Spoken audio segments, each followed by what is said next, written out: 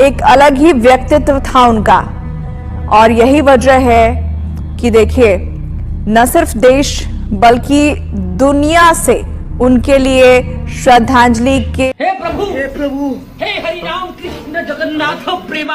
एक अलग ही व्यक्तित्व था उनका और यही वजह है कि देखिए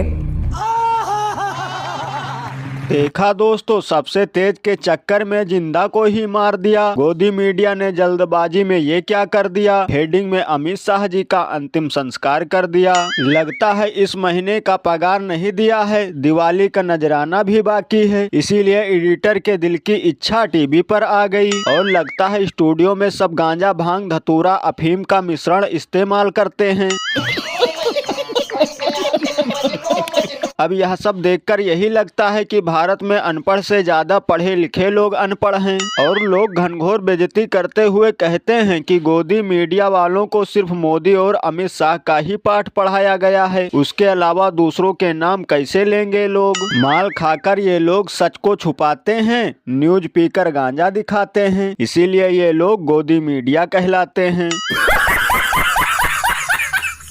गजब बेइज्जती है। और गुजरात में ये न्यूज वायरल हो गया है। ये चैनल पर गोदी मीडिया वालों के घर पर बुलडोजर चलेगा। अब यही है इन गोदी लोगों का खेल, जो रहते हैं हर जगह फेल। हर जगह मोदी मोदी का करेंगे जाप तो अमित शाह का कराएंगे अंतिम संस्कार। इन गोदी मीडिया वालों को बीजेपी के अलावा कुछ याद ही नहीं है।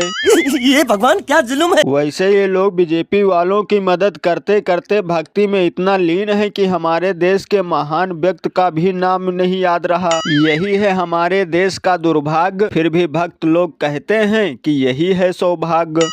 ये बड़ी अच्छी बात कही आप। और अभी तो रुको, क्लाइमैक्स अभी बाकी है।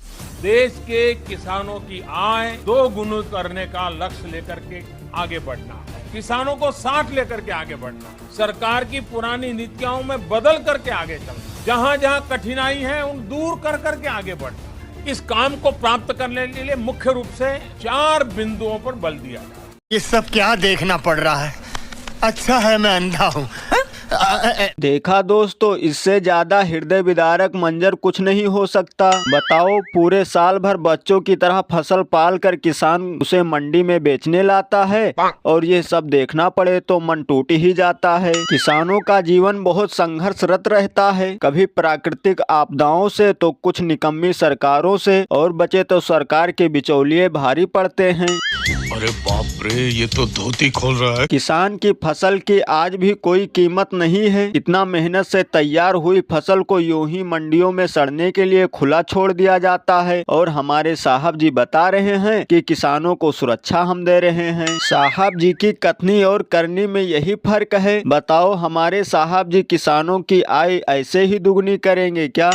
नहीं सारुण के यहाँ कुछ तो गड़बड़ है, जरूर कोई ना कोई गड़बड़। साहब जी की कथनी और करनी हमेशा ऐसे ही रही है, कहते कुछ हैं और करते कुछ हैं। इन्हें सिर्फ जुमलेबाजी करना आता है और साहब जी जो कहते हैं बस वही काम नहीं करते हैं, और काम वही करते हैं जिसमें अडानी का कोई फायदा हो। देश की जनता से कुछ लेना देना ही नहीं है महामानों को। मजा आया और मैं ये जो मजा है हिंदुस्तान के हर व्यक्ति को देना चाहता हूं।